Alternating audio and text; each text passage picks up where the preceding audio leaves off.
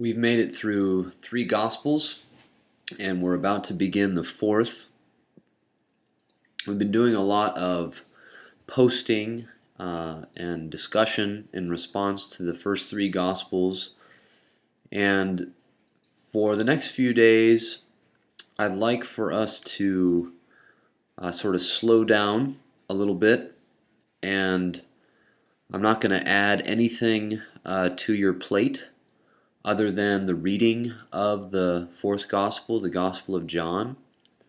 And you'll see, as I have with the other Gospels, a PDF posted on Moodle to help you as you are studying John. I hope you'll use that, reading the Gospel without the sort of interruptions in the story that we're accustomed to having in our Bibles, the headings and all that sort of stuff.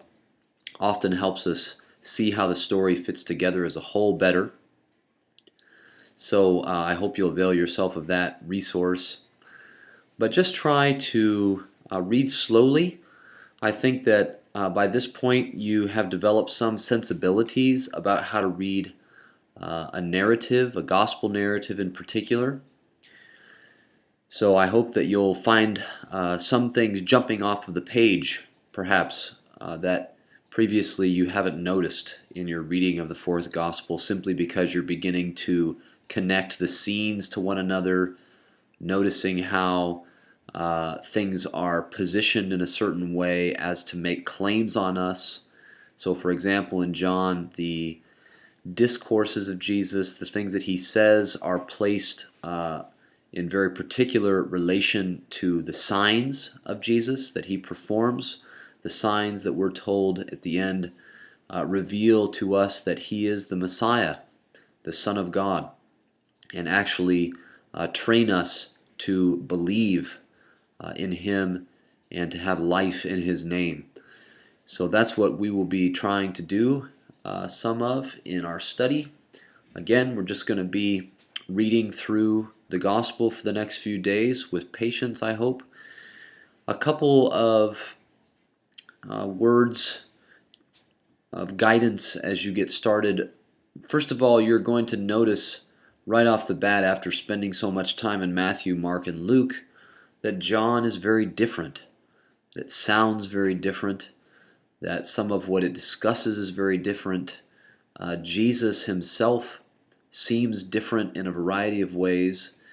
And this has led quite a few people, especially in recent centuries, to think of the fourth gospel in radically different terms from the other three that we've already studied. Specifically to say that the first three gospels are more concerned with Jesus as human being, and the fourth gospel is more concerned with Jesus as God. That the first three gospels are more historical, and the fourth gospel is more theological. I want to just counsel you against buying into those easy distinctions. They trade in a certain understanding of God and the human that I want for us to question. They also trade in a certain understanding of history and theology that I want for us to question.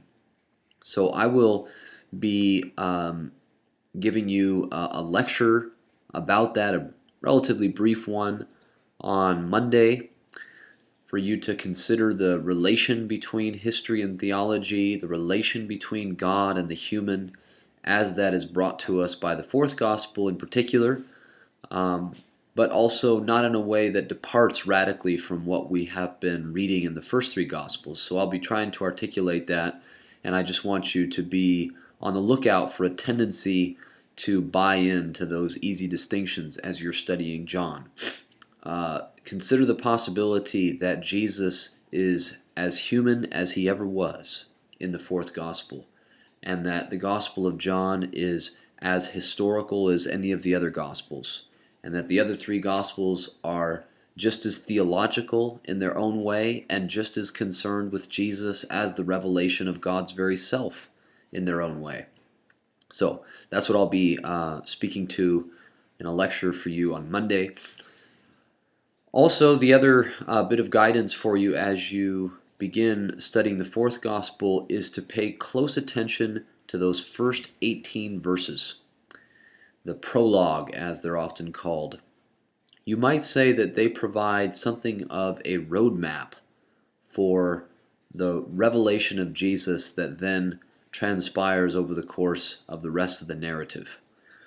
If you're looking for ways to try to pull together the stories, to kind of dig in to the theological force of the story, look to the prologue, see what it tells you about Jesus, and use that as a kind of hermeneutic, a sort of lens through which to read Jesus' words, to read the signs that Jesus performs.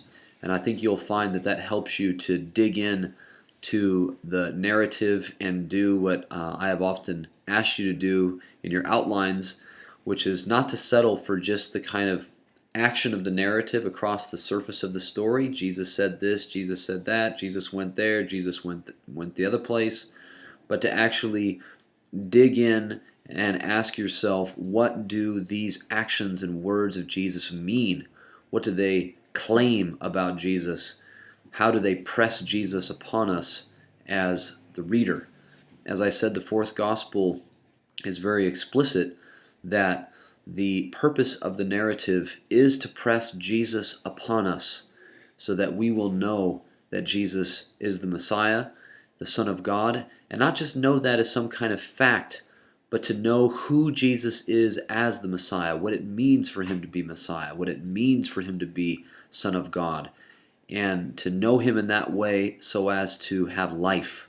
And life is one of many very rich terms in the fourth gospel. So hopefully if you use the prologue as a kind of guide for you as you're reading the rest of the gospel, you will get all kinds of cues for how to put the stories together, how to hear the force of their message, their claim about who God is, how the God of Israel is revealed in and through this strange and troubling man named Jesus.